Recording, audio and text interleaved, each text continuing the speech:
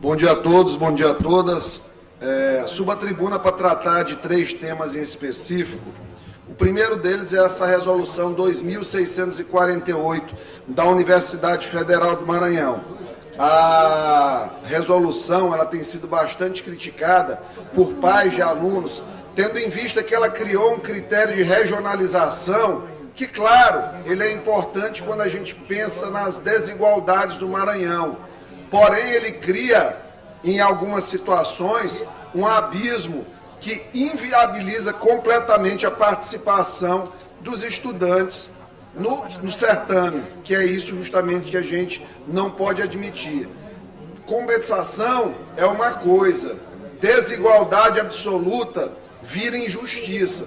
Tem situações que as pontuações passam de 840 pontos no Enem, dentro do processo seletivo da UFMA, vão elevar essas pontuações. Pontuações que quem passou em primeiro lugar geral não vai conseguir fazer. E muitas vezes leva um aluno que teve uma média muito abaixo a ter uma vantagem excessiva. A gente não questiona de forma alguma a compensação regional, aquele estudante da Baixada que quer ter acesso. E claro, toda essa criação é em cima de curso de medicina, não tem nenhum outro tipo de curso, sendo que no Brasil já está mais do que comprovado que o que acontece não é falta de médico, o que acontece é uma necessidade de criar políticas públicas que distribuam geograficamente melhor o médico. O que é política de mercado? Valorização salarial, pagar o médico em dia, não ficar dando calote em profissional de saúde, pagamentos aviltantes, tudo isso são coisas que desestimulam a interiorização. Você pode ter aí formado 1 milhão de médicos com as políticas hoje que a gente tem de interior de estado, de municípios, de hospitais regionais, da forma que está, eles vão preferir sempre se concentrar na capital. Então, muito mais do que fazer formação, a gente tem que fazer fomento ao bom desenvolvimento da profissão. Aproveito para parabenizar a enfermagem, sinaliza-se no curto prazo o pagamento do piso da enfermagem, principalmente aqui no Maranhão, na rede estadual. A expectativa, e o governo está buscando isso, é de conseguir aproximadamente esses 70 milhões de reais a mais por mês para pagar o pessoal da enfermagem conforme piso. Vai ser um evento importante e provavelmente o primeiro estado a conseguir fazer isso. Então, em relação a essa situação da UFMA, fica registrada aqui a nossa preocupação com essa desigualdade excessiva que foi criada com essa resolução 2648 do CONCEP. Em relação à cidade de São Luís, o que a gente pôde ver nos últimos meses foi a criação de algumas obras, algumas intervenções de trânsito que foram feitas primeiro para beneficiamento pessoal familiar do prefeito de São Luís, aquela rotatória do Caolho. A rotatória foi feita, aquela nova adequação geométrica que deixou de ser uma rotatória, agora é um cruzamento que vai inclusive na contramão das melhores práticas. Aquele tipo de cruzamento, aquilo ali foi abandonado. E a geometria da via já ficou muito claro que não foi feita a contento. Quem desenhou aquilo ali, com certeza não está de acordo com as melhores práticas de engenharia do trânsito. Por exemplo, um caminhão, ali tem uma série de supermercados, uma carreta, ele tem dificuldade para fazer o retorno. Aumentou muito a distância de quem vem ali do Araçagi e quer fazer o retorno para pegar a Daniel de Latouche.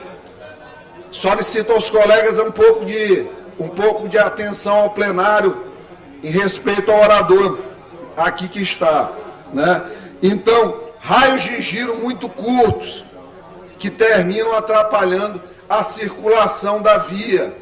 Obras que são feitas sem um devido planejamento. Começou fazendo num local que não era necessário. Agora, o segundo ponto, que é um ponto importante, ali no Golden Shopping, a gente espera que tenha um resultado melhor. Ninguém torce contra a prefeitura, só se questiona, em 2 anos, as únicas obras que foram feitas pelo prefeito de São Luís terem sido 2 rotatórias, uma inauguração, uma mão de tinta num posto de saúde na zona rural, que ele está chamando agora de Clínica da Família, e assinou umas ordens de serviço. A gente espera que sejam construídas pelo menos essas 2, 3 creches que ele assinou ordem de serviço.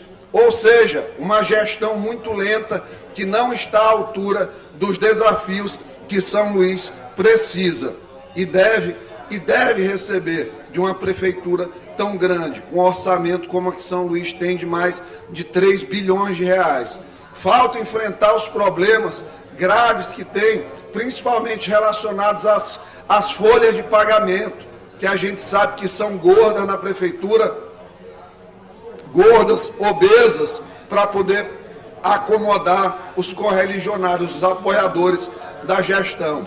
Lamentavelmente, aproveito aqui para me solidarizar com os vereadores de São Luís do Maranhão, que foram vítimas aí do envio, deputado Edivaldo Holanda, por parte do prefeito de São Luís, de um dossiê ao Ministério Público, onde foram acusados de malversação de recursos de emenda pelo próprio prefeito de São Luís, que é justamente o fiscalizador da emenda. É estranho, ele concede a emenda e depois denuncia o vereador, como se o vereador estivesse fazendo alguma prática ilícita.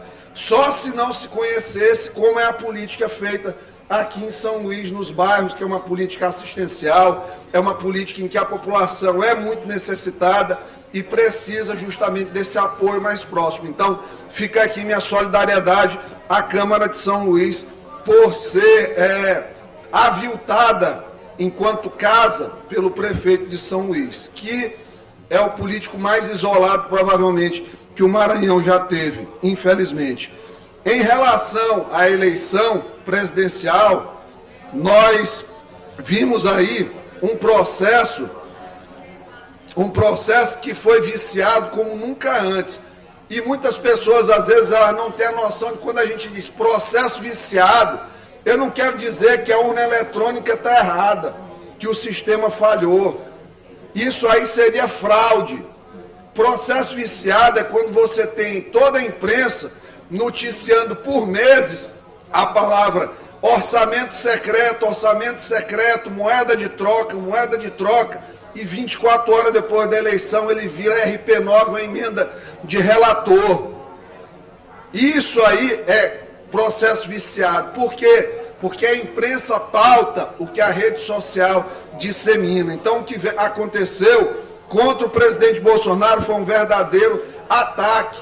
Propaganda eleitoral negativa não pode, é crime, mas ela foi feita durante todos os dias da eleição contra o presidente, com a anuência do irresponsável Alexandre de Moraes. Propaganda eleitoral negativa não podia, mas nessa eleição podia, excepcionalmente. Transporte de eleitor sempre foi prática criminosa, mas nessa eleição a imprensa chiou por conta de transporte, permitindo transporte ilegal de eleitor. Censura nunca pôde no Brasil e tomara que nunca possa, mas para alguns ministros do STF, para a ministra Carmen Lúcia, excepcionalmente nessa pôde. E agora a gente está vendo uma série de perfis bloqueados por questionar o processo eleitoral. Todo mundo tem direito a questionar o processo eleitoral. Não tem ninguém fazendo apologia ao terror, não tem ninguém mandando matar os outros. As pessoas estão questionando um processo eleitoral que teve vício na condução. Quando tem conluio da imprensa com os tribunais superiores, e teve. Quem não lembra do sorriso no rosto da Rosinha Weber, da nossa Rosinha, como dizia o Lula nos áudios interceptados junto a Dilma, quando ela declarou o resultado da eleição? Nunca teve conluio tão grande quanto o Xandão fez nas decisões com censura prévia. A eleição terminou, o TSE continua atuando como acusador juiz e executor de sentença, censurando perfis. Então, se isso aí não é processo viciado, eu não sei mais o que é.